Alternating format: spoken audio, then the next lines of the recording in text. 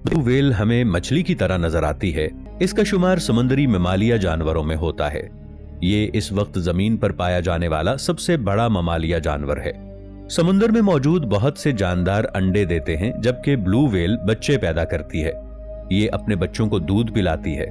दोस्तों, आप जानते हैं कि मछलियां गलफड़ों के जरिए सांस लेती हैं, मगर ब्लू व्हेल में फेफड़े मौजूद होते हैं। इसलिए जब भी इसे सांस लेने की जरूरत पेश आती है तो इसे सतह समुद्र के ऊपर आना पड़ता है। सतह समुद्र के ऊपर आने के बाद ये अपने ऊपर वाले हिस्से में मौजूद ब्लो होल के जरिए ऑक्सीजन को अपने अंदर जज्ब करती है और इसी खौल के जरिए कार्बन डाइऑक्साइड से भरी गर्म हवा को तकरीबन 480 किलोमीटर फी घंटा की रफ्तार से खारिज करती है। एक बड़ी ब्लू व्हेल तकरीबन 108 फुट तक हो सकती है और ये लंबाई एक हवाई जहाज के मुसावी है। आपको ये जानकर हैरानी होगी कि एक बड़ी ब्लू व्हेल का वजन 2 लाख किलोग्राम तक होता है। इस मछली की सिर्फ जबान का वजन 2700 किलोग्राम से लेकर 6000 किलोग्राम तक होता है। इसके दिल का वजन 600 से लेकर 900 किलोग्राम तक होता है। इसकी जसामत का अंदाजा इस बात से लगाया जा सकता है कि सन 1891 में आयरलैंड की एक बंदरगाह पर एक ब्लू व्हेल मुर्दा हालत में पाई गई।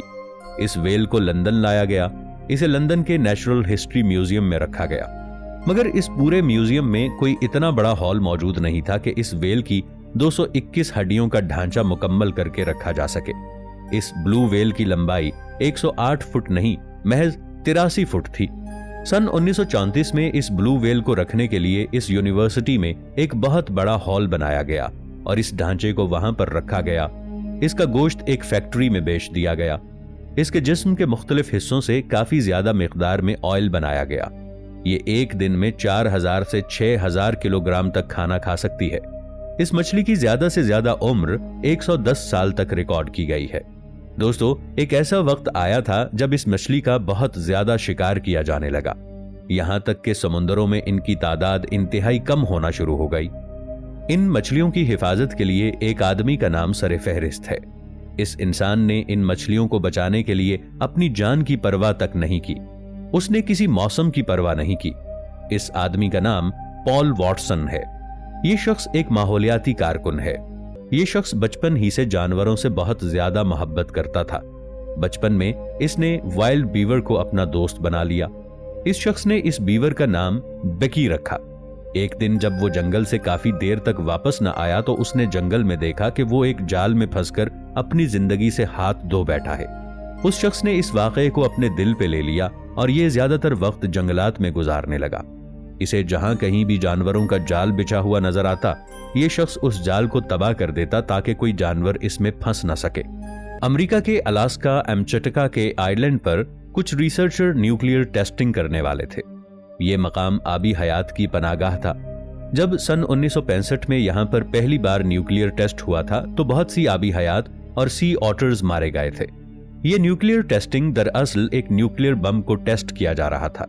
पानी में इस बम के फटने से बहुत बड़ी बड़ी लहरें पैदा हो सकती थी और इससे बहुत ज्यादा तादाद में आबी जानदारों के मारे जाने का भी इम्कान था।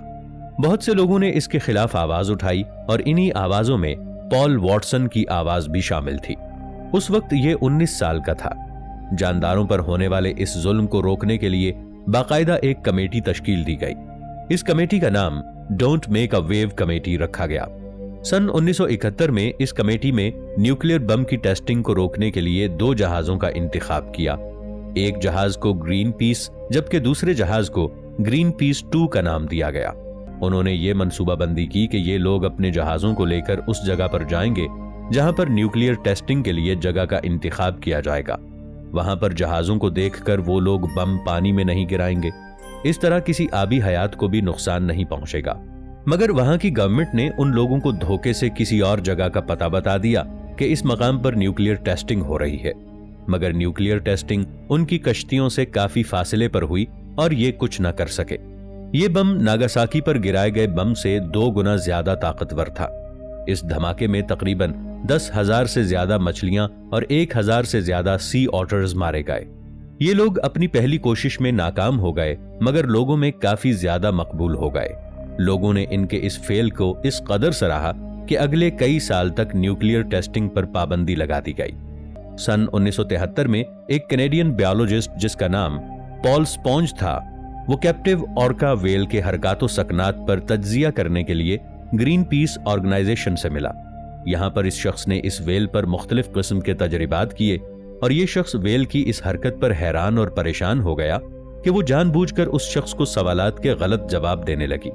तभी अचानक पॉल स्पॉन्ज ने महसूस किया कि वो इस मछली के दिमाग का जायजा नहीं ले रहे, बल्कि वो मछली उनके दिमाग का जायजा ले रही है और उन पर तजर्बात कर रही है। तब इस बायोलॉजिस्ट को एहसास हुआ कि रिसर्च इस मछली को जितना ज्यादा ज़हीन बता रहे हैं, ये इससे कई गुना ज्यादा ज़हीन है। इन सारे मनाजिर को देखकर पॉल वॉटसन की वेल में काफी दिलचस्पी बढ़ गई। वेल पर मुख्तलिफ मुशाहिदात के दौरान पॉल स्पॉन्ज ने यह महसूस किया कि लोग इस वेल का भारी तादाद में शिकार करके इस मछली को नापैद करते जा रहे हैं। ये शख्स भी चाहता था कि इन मछलियों का शिकार रोका जाए और इस मकसद के लिए वो ग्रीन पीस ऑर्गेनाइजेशन से मिला। सन 1945 में ब्लू वेल को बचाने के लिए ग्रीन पीस ने एक मुहिम शुरू की थी जिसका उन्वान सेव द वेल था। उन्होंने वेल का शिकार रोकने की इब्तिदा अमेरिका में कैलिफोर्निया के साहिल से की और जब वहां पर सोवियत इत्तेहाद के जहाज आकर उन मछलियों को अपना निशाना बनाते थे, उन वक्तों में ये ऑर्गेनाइजेशन रबड़ कीबोर्ड का इस्तेमाल करती थी। उन वक्तों में उनका वेल के शिकार को रोकने का तरीका इंतहाई मासूमाना था। ये उस शिप के पास जाते और उससे दरखास्त करते कि आप इन मछलियों का शिकार न करें। एक मर्तबा पॉल ने देखा कि सोवियत के जहाजों ने एक बड़ी सी रस्सी के आगे एक तीर को लगाकर 2 वेलों को निशाना बनाया हुआ है। उसके जरिए वेल आसानी से मारी जा सकती है। मगर सन 1970 के बाद सोवियत इत्तेहाद ने धमाका खेज हारपून्स का इस्तेमाल किया। ये एक 2.5 मन की मैकेनिकल मशीन गन थी। ग्रीन पीस ने इन तमाम वाकयात को एक वीडियो में कैप्चर किया और इसे पूरी दुनिया के सामने पेश कर दिया। सन 1976 में ये शख्स और ग्रीन पीस कनाडा के न्यू फाउंडलैंड के बर्फानी इलाकों में पहुंच जाते हैं। यहां पर हर साल लाखों की तादाद में सील्स के बच्चों का महज उनके जिस्म पर मौजूद बालों को हासिल करने के लिए शिकार किया जाता था। सील्स के सामने ही उनके बच्चों का शिकार किया जाता था।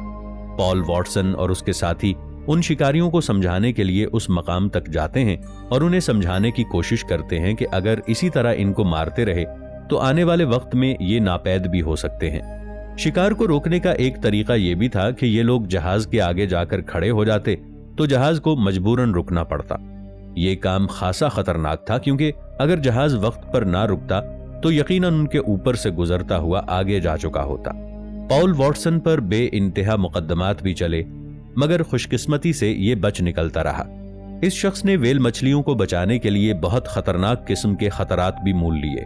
कई बार मुख्तलिफ ऑर्गेनाइजेशन से भी निकाला गया, मगर इस शख्स ने हिम्मत नहीं हारी और हर बार खुद को नए सिरे से तामीर किया।